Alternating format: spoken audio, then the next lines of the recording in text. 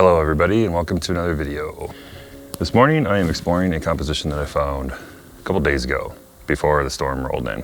And I was actually going to shoot this from a different angle, but it's the wrong time of day for that because in the morning the background here gets direct sunlight, it kind of ruins composition. So it'd be more of an afternoon shot. But while I was checking on it, I noticed that a bunch of leaves have fallen on the ground underneath the tree that I was going to shoot in this composition, and it's created a really nice scatter plot of leaves and rocks and stuff. It looks really pleasing, so I went ahead and set up on it. This time I'm shooting with a lens I've yet to actually feature on the channel. So this is a Nikon W 240mm f5.6 that I bought a while back. This is actually the first time I've shot with it. It's kind of unfortunate. I've had it for a little while, but just haven't been out much. So making up for that now. And it's worked beautifully for framing up this, it's just kind of frame chaos. Just kind of filled the frame with leaves and try to line the rocks up in the foreground in a way that where it geometrically seems not completely awkward. I'm framed up and I'm focused right now. I had to use actually used a bunch of rear tilt on this one to try to shift my plane of focus along the ground. But I used rear instead of front tilt because I kind of like the way that it exaggerated the foreground. So I'm framed up in focus now. I'm just waiting for the light. Background behind me started to come into direct sunlight and that'll give me some reflected light, and I think that'll work great on this scene. So now it's just a waiting game, being patient for hopefully just a handful of minutes here.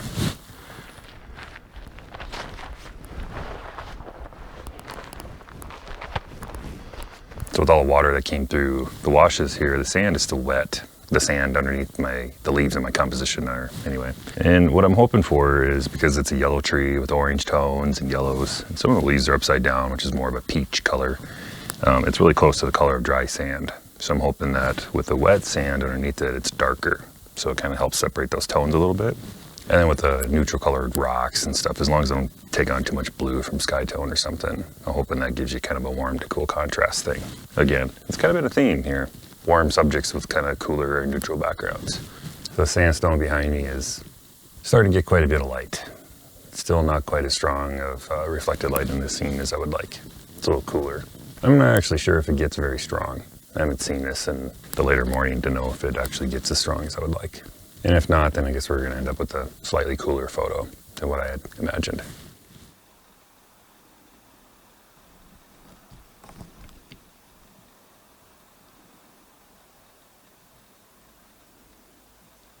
I think I got about as much reflected light as I can expect on this subject. The background's pretty well lit up.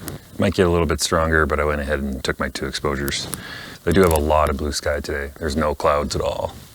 So I was really kind of concerned about how much blue would be reflected in these neutral tones. So I did go ahead and stick my 81B warming filter on. So I had to add a 3rd stop for that. And then I've got about a 1/2 stop bellows extension. So I exposed 2 sheets of Velvia 50, and I'm shooting Velvia on a lot of these scenes because, well, I mean, Fuji just issued their discontinuation notice and I kind of want to get my rocks off shooting Velvia while I can. But adding for reciprocity failure and filter factor, that put my exposure times at 12 seconds at f45. I metered off of one of these rocks, these neutral tone white rocks in the foreground. I stuck that at middle tone. And the second exposure actually had a little bit more light just because of the additional reflected light. But I left the exposure at 12 seconds because I wasn't quite sure if I wanted that exactly on middle tone or slightly brighter. So I don't think there's gonna be a whole lot of difference between 2 exposures, but we'll see. So I think that's that. The scene might get a little more intense later in the afternoon. I'll have to come walk by and take a look. I'm just kind of curious. But there's other compositions I want to go explore right now, so I don't want to camp out all morning on this one scene. But I think it looks pretty good. So I think I'll be happy with those exposures. Hope I will. Now I think it's time to pack the camera down, and there's another composition that's just, you know, probably 50 feet away from me I want to explore before the light gets harsh on that, so. Oof. So, second exposure as well. Yep. So these are pretty far underexposed. And I remember what happened. I had the wrong film emulsion selected on the app I use. So I have an app, which is Reciprocity Timer. When you have several things going on at once, bellows extension, and you have reciprocity, and you have filter factors and all these things, it's just easy to kind of input all those into this app, and it factors in all of that for you and gives you a total exposure time. And I forgot to set it to Velvia. So I had the wrong film emulsion set. I actually set it for Provia, which means the reciprocity calculation was 0. So that didn't count for reciprocity. That's what happens, boys and girls, when you don't account for reciprocity failure on your images. So this one turned out grossly underexposed as a result. Now, It's a shame. That's kind of a shame because it's really sharp, and I think the composition's just fine. It's just that, yeah, unfortunately, I missed this one just because of a calculation error. So my technique was not strong on this one. And actually, tell you the truth, I had exposed these images and then moved on to another composition right down the wash, only a handful of steps away, and realized later that this does, in fact, get a lot more reflected light. So it looked way better about an hour after I shot it.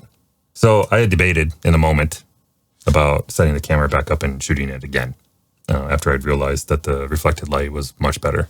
I'd known right there and then that I had underexposed it. I had that in my notes because the very next photo I shot, I realized my error.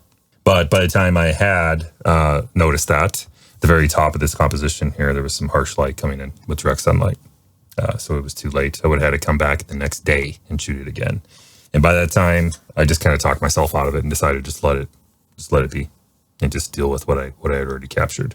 So next time, I know exactly what corner of the wash this was in. I have detailed notes of exactly what time of day it gets good. So next time I think there's a potential subject to shoot down there, I'll know that there's better light and I should wait for it. So it's a learning lesson.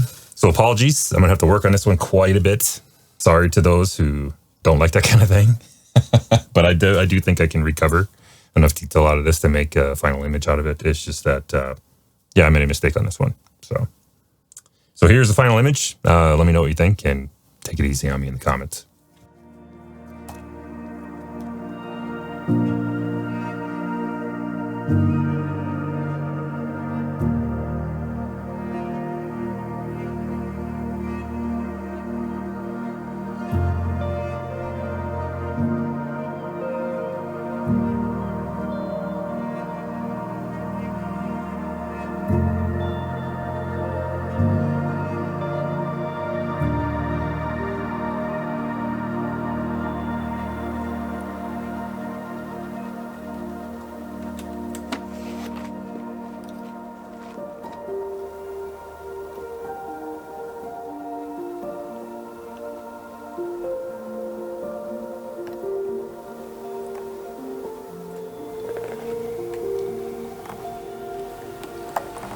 So I'm about 50 feet or so from where I set up on my last composition.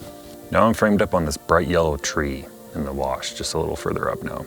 And behind it is this very, very dark sandstone. It's got a lot of moss and lichens and stuff on it. And it creates this really cool contrasty backdrop for this bright, just super yellow tree. And on the left of it, there's a more warm, reddish sandstone wall right next to it. And I framed up on this with my 180mm lens. There's a bundle of rocks and a sparsely leafed yellow tree to the very left, the lower left corner, that I'm using to kind of anchor that side. And then on the very top right, there's some overhanging maples. One that's red, it's almost lost all of its leaves. Another one behind it's kind of in transition, so it's multicolored. It's pretty looking. Then I'm using the wash as my foreground with all the white, neutral tone rocks. Now the subject's definitely all about this tree in the middle. I think it's a box elder tree, I want to say. Maybe wrong. If you know better, let me know down in the comments. So I'm thinking Provia on this one. The dynamic range isn't too bad. I think it's well within Provia, but might be pushing it for Velvia. But I do have these neutral colored rocks in the foreground that are reflecting sky color, and I know that Provia likes to record sky color.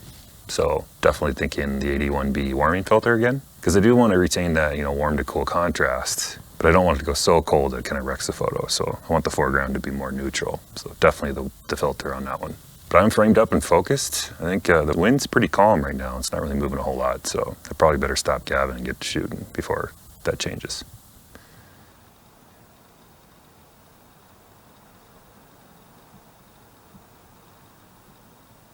So I made 2 exposures on Provia 100F. Those were 2 seconds each at f32. I actually shot one at f32 and one at f27. One to compensate for the 81B warming filter and one to not. Because on the first shot, I was a little concerned that maybe I had my highlights a little too bright. I'm pretty sure I caught that in a brief moment when the breeze wasn't moving all the leaves, I hope anyway, so it should be at least minimal motion blur. And that's that. It's been a pretty productive morning. 2 shots, 2 compositions before lunch, so I'm on a roll, it feels like. Let's see what else I can find. All right.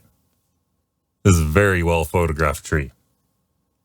And I kind of knew that, but it was too cool not to shoot. I realized afterwards that Scott Walton shot this one, but he shot it in vertical. So horizontal and fair play, right? Sorry, Scott. And I've seen other shots of it from this last year too. So we're not the only two who've ever shot this tree. It's just in a beautiful little area of the wash, and it's a beautiful looking tree. And I think it turned out well. So I think Provia did pretty good on this one. Went a little blue in the rocks. Kind of anticipated that. I do have another shot. Not a lot of difference there. See what about detail. Looks like I picked a pretty good moment because I don't see, at first glance, I don't see any motion blur in the yellow tree anyway. The very top right corner gets a little overexposed. I actually didn't expect that to be in the composition. And it will get cropped off a little bit because the film border gets cropped off. The tree is beautiful. It stands out so well against the background. I think that's why this captures the eye so much for so many people. I like the little bit of splash of color on the right too. I think that's pretty cool. And just this itty bitty little shrub of a tree looking thing. Just sprinkling a little bit of green there on the left. Kind of purposely put this rock here in the left corner.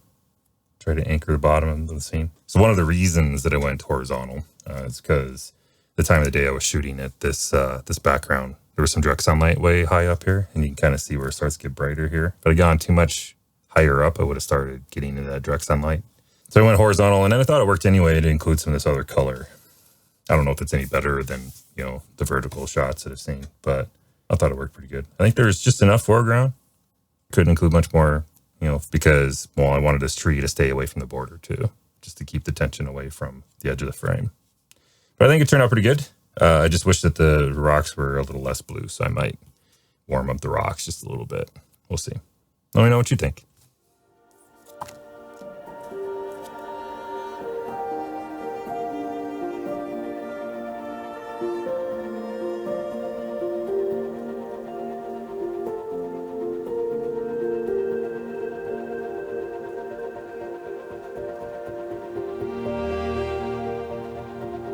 I hope you enjoyed this week's video. And if you did, you can let me know by hitting that like button down below. If you want to follow the rest of my Zion trip from this year, maybe consider hitting that subscribe button while you're down there.